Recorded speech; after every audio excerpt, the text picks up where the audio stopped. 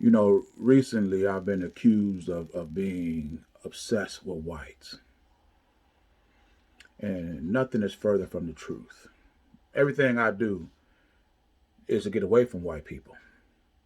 So if I'm obsessed with them, you would see me doing things to have these people in my life in every aspect. That's totally not the case. What it is, I'm passionate about my people. This is why I do these videos. This is why I constantly stay on the message. When I look at a loss of life by our people, I don't care who hands is by. I take it personally. Recently, there was a murder in Minnesota. Brother Amir Locke was killed. This person here was a cousin of one of my subscribers. She called and told me. I said, I just got through watching the story on the news. Send my condolences. You know, these no-knock warrants has got to come to a stop. It was a no-knock warrant that killed that beautiful sister of Breonna Taylor. No lessons were learned from that tragedy. So if you can kill a beautiful woman like Breonna Taylor, executing a no-knock warrant, and you draw or learn no lessons, no conclusions, nothing to mitigate the dangers of executing these type of police maneuvers, how do the people feel at ease? How many incidents have we seen in the news recently with all these police shootings, school shootings, mass shootings? What policies and procedures have the politicians put in place to mitigate these damages and put the people or the public at ease? None. There's 300 million people within this country, and you have over 600 million on weapons. And the solution to the gun violence in this country is more weapons. If you can't handle what you already have, how on earth do you campaign to get more? This is absolutely ridiculous. Here, this young man, Amir Locke, had no warrants, no criminal activity. They wasn't even looking for him. From what I understand, they were looking for an object, an inanimate object in his home. And you can get a warrant to do that? His only crime was responding in the normal manner when somebody come into your home and announce themselves first thing in the morning, 5, 6 o'clock in the morning, shouting, "Get on the ground!" or the police. Let's say the police did come into this man's house and shout out, "This is the police! Get on the ground!"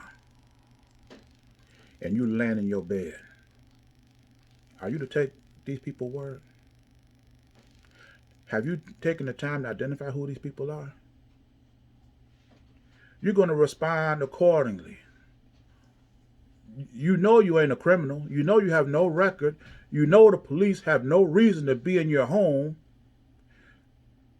So what's this? You know what?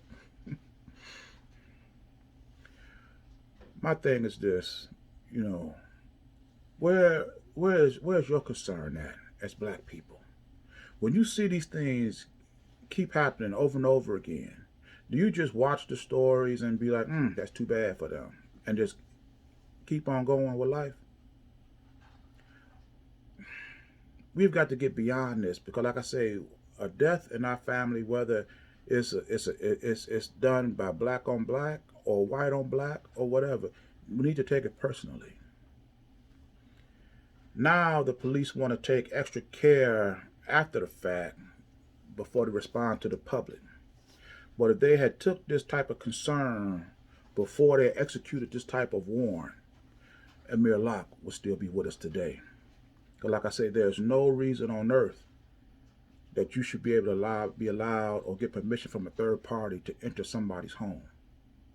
Now they're talking about suspending the no-knock warrants unless the threat is imminent. Well, as far as I'm concerned, no third person should be giving allowance to anybody to go into somebody else's home unless it is an imminent threat. Unless you have dotted all the I's and crossed all the T's.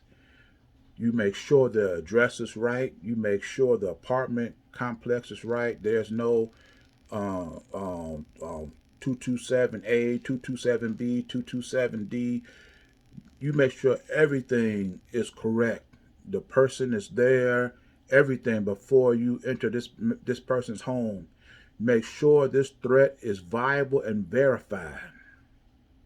Because you cannot keep making mistakes like this and then trying to justify your intelligence to stay in control over these people. How can you continue campaigning to police a community when your incompetence show that you're not? I don't understand this. And then while the police are sitting out here trying to get their facts straight, they're releasing images and names of the victim. But you don't release the names of the police that came into his home. Do you see the level of sympathy they have for the family? They vilify the son to justify this unjustifiable killing. They'll pollute the public with this image of him in his house with a weapon in his hand, just so when they get a court case coming, and a court case is going to come, to put the thoughts and image in the people's head that he had a gun and the police was in their right to kill him, but they wasn't in their right to enter into this man's home if they wasn't coming to look for him. They could have entered the man's home after the guy was gone. If you can come into this man's home knowing he's asleep, then that tells me you got forethought of when this guy get in here or whatever. You could have came in after he left and looked for whatever object you was looking for.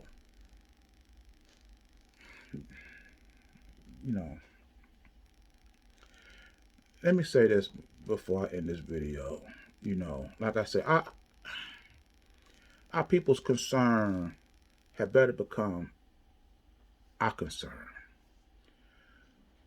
We can't keep ignoring the clickety-click of these little killer spiders going down the hallway just because they're not coming for you or yours.